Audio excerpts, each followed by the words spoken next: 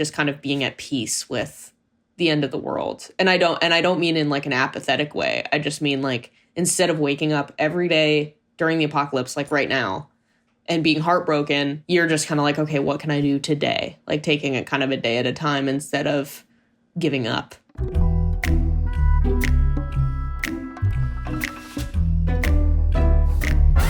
I was breaking up with my drummer. We dated for a long time, and he brought this guitar line and the I know, just kind of about like breakup acceptance. And we write a lot of songs together. Over the course of like literally 3 years, I would just kind of continue to write to that really, really sad melody. The first half of the song is just like miserable.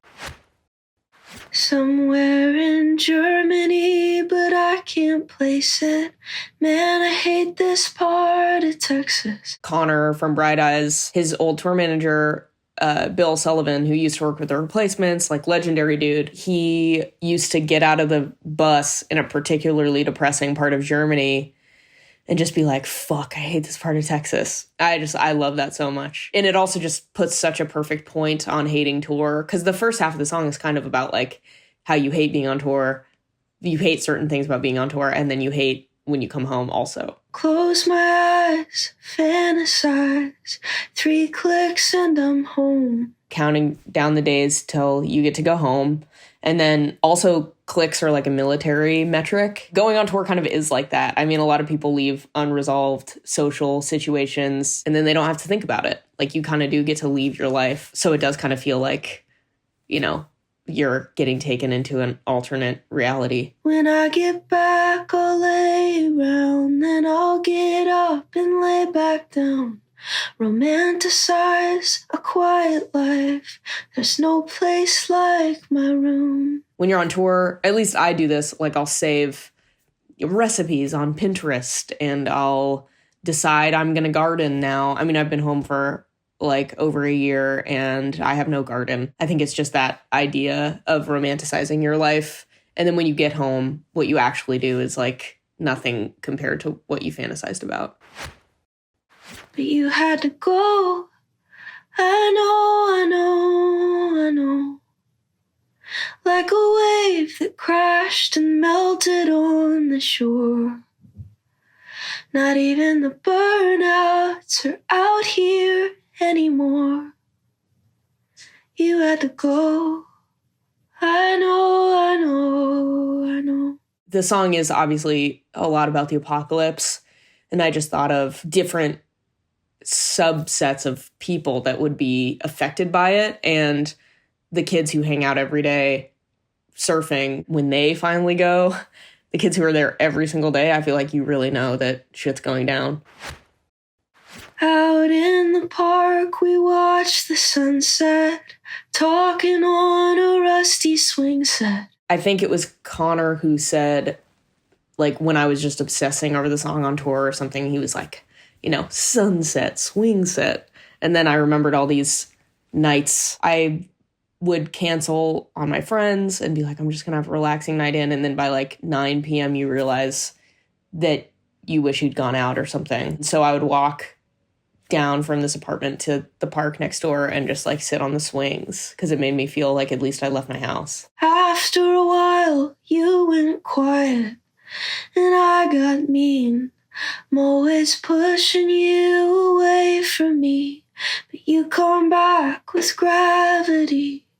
And when I call, you come home, a bird in your teeth. And when I get too close to people, I start to treat them like my parents, where you just say stuff to them that you don't even realize is in you. I just feel like, yeah, you don't even really have to do that much to make up sometimes because both people want to make up, but you know you're being a dick and you don't have to admit that you're being a dick. You just can just kind of like float back into peace. So I gotta go. I know. When the sirens sound, you'll hide under the floor. But I'm not gonna go down with my hometown in a tornado. I'm gonna chase it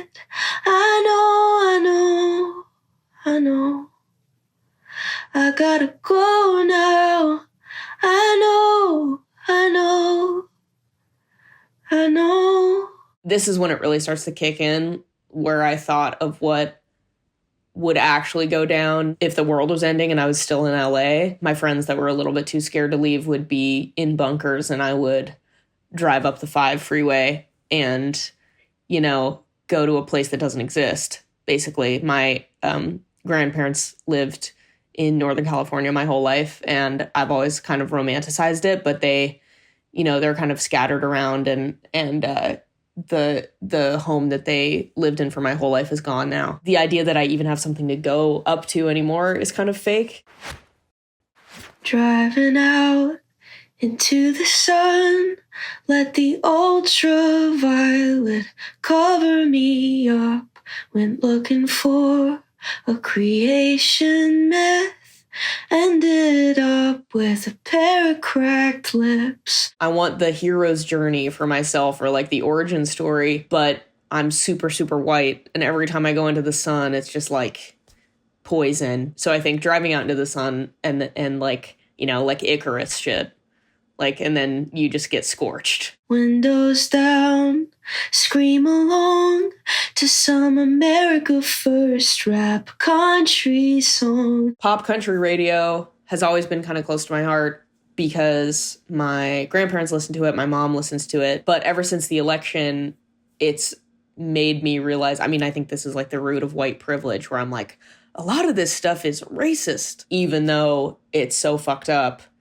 And even though that there is no place for me in the pop country world, I know like a bunch of Toby Keith songs, and fuck Toby Keith. But when I'm alone in my car trying to stay awake, especially, I'll turn on pop country and I'm like, oh, I actually do know all these lyrics. Slaughterhouse, an outlet mall, slot machines, fear of God, windows down, heater on, big bolts of lightning hanging low over the coast. Everyone's convinced it's a government drone or an alien spaceship. Either way, we're not alone.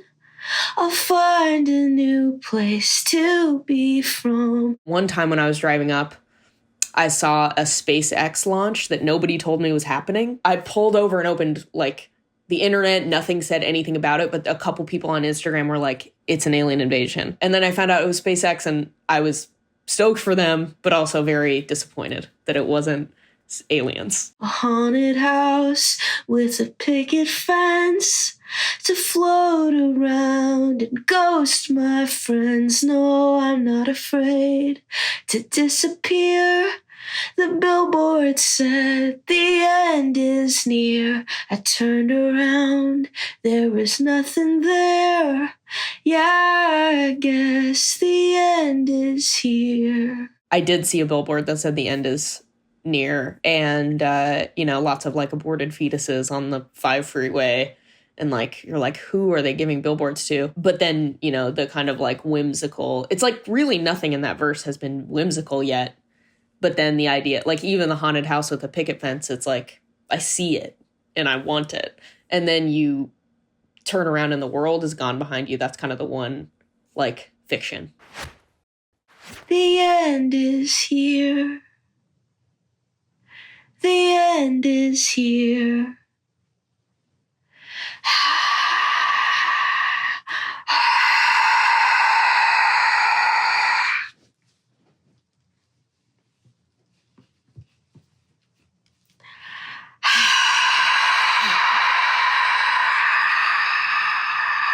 When we started recording the album, I was I really want to scream on the end of this record. And so I kind of worked back from that and brought meaning to it, But I thought it was fun to be the end is here of the album. Something I love about Genius Lyrics is that I got sent one for Smoke Signals, one of my songs from my first record. And there's this whole shit about, clearly she says pelicans are circling because they're symbolism of death in a lot of cultures. And I was no, I meant seagulls, but it didn't sound good. So So yeah, I like how much credit people give me.